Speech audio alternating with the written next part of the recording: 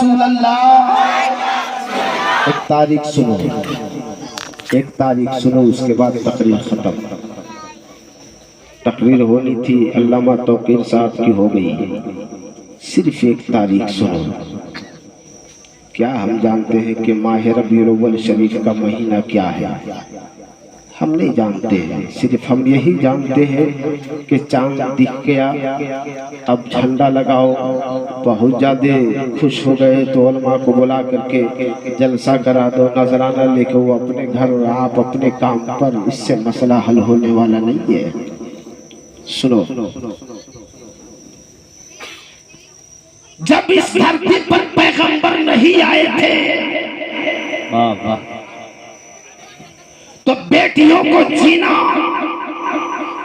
बेटियों की जिंदगी अधीरत हो गई थी। जब पैगंबर नहीं आए थे, अगर किसी का बाप मर जाता तो उसकी माँ को उसी के साथ जला करके उसकी जिंदगी को फूंक देते थे। मेरे पैगंबर जब नहीं आए थे, ए मेरे लाल, ए बाबू, बाबू जान रहे सबसे बड़ा आशिक वही लोग हो। चुपचाप बैठो, उठा बैठी करोगे दुआ दे दूंगा, आलिम बन जाओगे, फंस जाओगे। इसलिए कि हम लोग जान रहे हैं कि सामईन के साथ कितने मामलात हमारे अच्छे होते हैं या बिगड़ते हैं। अब तो मौलवी को कौन सुनता है ना, ना, ना। कल के मौलवी जब कहता है मुसलमानों आओ, पूरी कौम जमा हो जाती है, तो उसकी एक अहमियत थी। तो जहाँ कदम रख देता था ना, वहाँ कोई माई के लाल की हिम्मत नहीं होती थी कि मुसलमानों के सामने आंखों में आंखें डाल करके हम बात कर लें।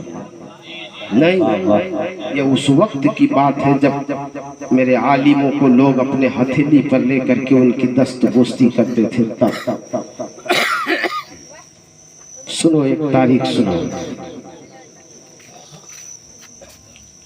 मुस्तफा जब नहीं आए थे, बेटियों को जिंदा गाड़ा जा रहा था। अरे अगर कोई बाप इंतकाल कर जाता तो बेटा अपनी माँ से निकाह कर लेता,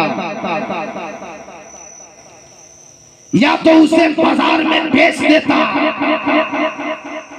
या तो उसे घर में जीना, उसकी जिंदगी अधीरत हो जाती। कोई किसी का पुरसाने हाल नहीं था। रास्ते में चलते अगर कहीं कांधे में कांधा सट जाता तो लोग लाठी और तलवारें निकाल करके झगड़ा पे आमादा होते। सुनो, एक जवान है जो अपनी माँ, अपनी बीवी को वसीयत करता है कि तेरे कोख में जो बच्चा पल रहा है ना, अगर वो लड़का पैदा होगा तो लाड और प्यार से पालना, और बेटी पैदा होगी तो गला दबा करके मार डालना। सुनो गौर से, कहाँ आप हो? ये कह करके चला गया। देखिए आपको का तो कह रहे हैं, जाइए।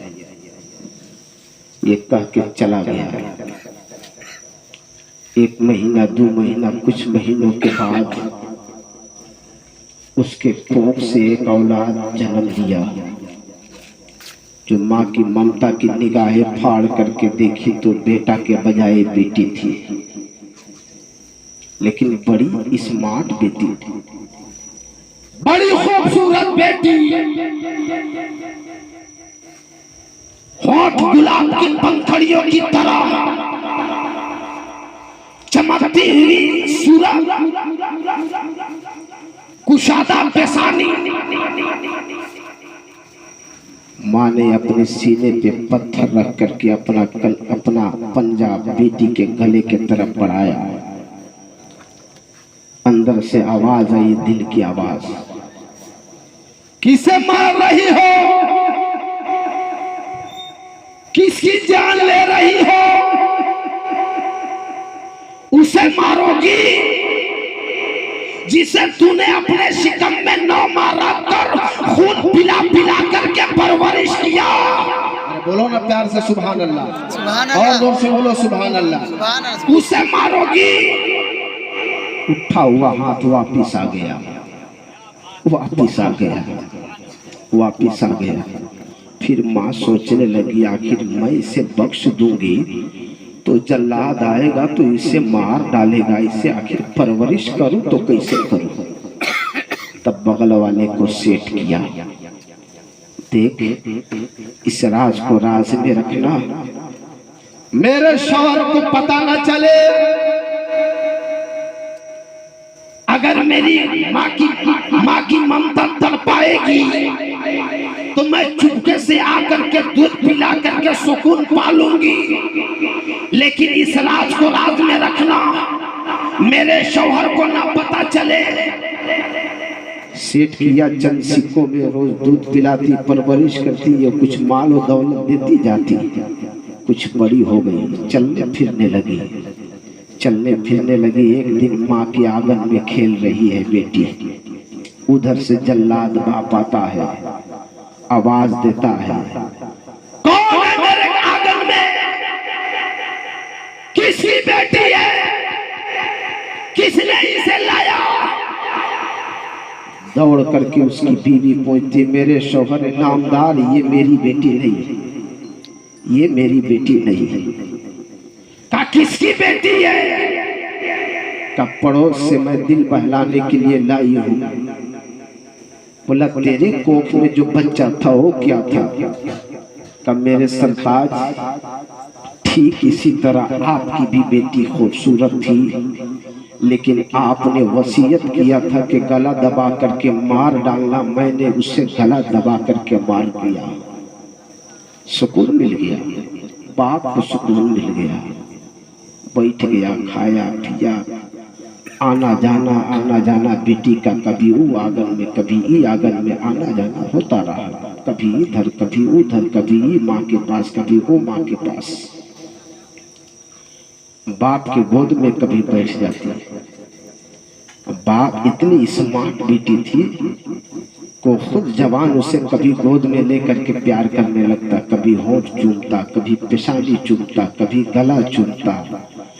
एक दिन माँ को जब यकीन हो गया कि अब इसे कत्ल नहीं करेगा, इसका दिल लग गया है इसे, बेटी अपने बाप के गोद में बैठी है। वो दौर कैसा था जब बेटी बाप के गोद में खेल तो रही थी, लेकिन बाप नहीं कह सकती है, बाप नहीं कह सकती है, इसलिए कि बाप अगर कह देती तो उसकी तलवार निकल जाती और उसकी जिंदगी खत्म। बेटी जान रही है कि ये मेरा बाप है, लेकिन बाप नहीं कह रही है, बाप नहीं कह रही है, गोद में बैठी है। बीवी कहती है, मेरे शौहर आपकी गोद में जो बेटी है ना, बोला हाँ हाँ, कितना अच्छा है, अच्छा लग रहा है आपको, बहुत स्मार्ट बेटी है, का देखिए ना इसकी होंठ देखिए, का हाँ हाँ बहुत खूबसूरत है। तब बीवी कहती है, आपकी गोद में जो बेटी है ना, वो किसी अजनबी की बेटी नहीं है, वो आपकी अपनी बेटी है, आप ही की बेटी है। फौरन गोद से उतार दिया, उसे गोद से उतार दिया। रात के सन्नाटे में उसने तलवार निकाली और माँ की आंचल के नीचे छुप करके बेटी सो रही है। बेटी आंखें खुल गई बेटी की कि मेरा बाप तलवार निकाल रहा है। बेटी पुकार दिया, अब्बा हुजूर, माँ की ममता से आपने मुझे जगा दिया, वजह क्या है? का बेटा उठो उठो बिस्तर से। का क्या मामला है? का चलो दावत में आज तुमको ले चल रहे हैं। बेटी को कपड़ा पहनाया, कंघी करवाया, सारे मेकअप होने के बाद बाप की उंगली पकड़ करके बेटी चली जा रही है। रात के सन्नाटे में वीरान रास्ता, जब बाप के तलवे में कांटा चुभता तो बेटी दौड़ करके अपने बाप के तलवे से कांटा निकालती, बाप के तलवे से खून निकलता, तो बेटी अपना कपड़ा फाड़ करके पट्टी बांधती और बेटी कहती है हुजूर लौट चलिए, मैं बाप का खून गिरा कर हमें दावत की रोटी नहीं खानी है, चलिए घर चलिए। लेकिन बेटी और बाप में काफी एक साथ कई दिनों से है, लेकिन बेटी आरज़ू कर रही है बाप के सीने पे चमड़े का दिल नहीं बल्कि पत्थर रखा हुआ है। चलते चलते एक जगह पहुंच गए, पहुंचने के बाद बाप ने गड्ढा खोदना शुरू किया, मट्टी हटाना शुरू किया। बेटी समझ गई कि मेरा बाप मुझे यहाँ दावत में नहीं लाया है बल्कि मुझे जिंदा गाड़ने के लिए लाया है, यहाँ मुझे गाड़ने के लिए लाया है। जब सीने तक मट्टी को काट करके निकाल दिया, एक कब्र तैयार कर दिया, तब बेटी कहती है अब्बू आखिर ये क्यों गड्ढा खोद रहे हैं? कहा मुझे कुछ काम है। जब मुकम्मल कब्र तैयार हो गई तब बेटी के बाल को पकड़ के बेरहमी के साथ उसी कब्र में उतार दिया। उतारने के बाद बेटी कहती है अब्बा हुजूर मैं आपसे कभी खाना नहीं मांगूंगी, मुझे जिंदगी बख्श दीजिए, मैं आपसे कपड़ा नहीं मांगूंगी, मुझे जिंदगी बख्श दीजिए, मैं आपसे कभी पानी नहीं मांगूंगी, मुझे जिंदगी बख्श दीजिए। ए अब्बा हुजूर अगर आपको मैं अच्छी नहीं लग रही हूँ तो किसी और को दे दीजिए, वो मुझे परवरिश कर लेगा, आपसे कभी कपड़ा तक नहीं मांगूंगी। अब्बा हुजूर आपके घरों में भी नहीं रहूंगी, मुझे जिंदगी बख्श दीजिए। बेटी चिल्लाती रही, बेटी आहो बका करती रही, बेटी बाप को मनाती रही, लेकिन बाप के सीने पे तो बिल्कुल आतंकवादियों का पहाड़ रखा हुआ था। जब मट्टी डालना शुरू किया, मट्टी डालने लगा, तब बेटी ने आसमान की तरफ आके फाड़ करके ये इल्तिजा किया, ए मेरे परवरदिगार, ए मेरे बाप, जिंदगी देने वाला तू नहीं है, जिंदगी देने वाला कोई और है। ए मेरे खुदा आखिर ऐसे कब तक जिंदगियों को गाड़ा जाएगा? ए मेरे परवरदिगार जिंदगी को आखिर बेटियों को जिंदगी बचाने वाला वो हाफिज कब आवेगा? तब ऑटोमेटिक इस बेटी की आवाज अर्शे आज़म तक टकराई और 12 रबीउल नूर को पूरी दुनिया के बेटियों को करने वाली को ये मुजदा सुनने के लिए मिला। मुस्तफा तशरीफ लाए तो ऐलान फरमा दिया, लोगों जिन बेटियों को तुम मनहूस करके गाड़ रहे हो उन्हीं बेटियों के कदमों के नीचे खुदा की जन्नत बता दिया गया है। सुभान अल्लाह। नारे तकबीर, अल्लाहु अकबर, नारे रिसालत, या रसूलल्लाह, अज़मत मुस्तफा कॉन्फ्रेंस। ये हाल था मेरा, आप क्या जानते हैं, तारीख पढ़िए, ये हाल था मेरा। इंशाअल्लाह फिर कभी हाथ आया तो तकरीर होगी, वक्त बहुत ज़्यादा हो गया है और मैं नहीं चाहता कि आपको हम डिस्टर्ब करें, क्योंकि खाना भी आप लोग खाना है। इंशाअल्लाह ज़िंदगी कभी हयात रही, मौका फिर आया तो आपसे भरपूर हम मुकाबला करेंगे।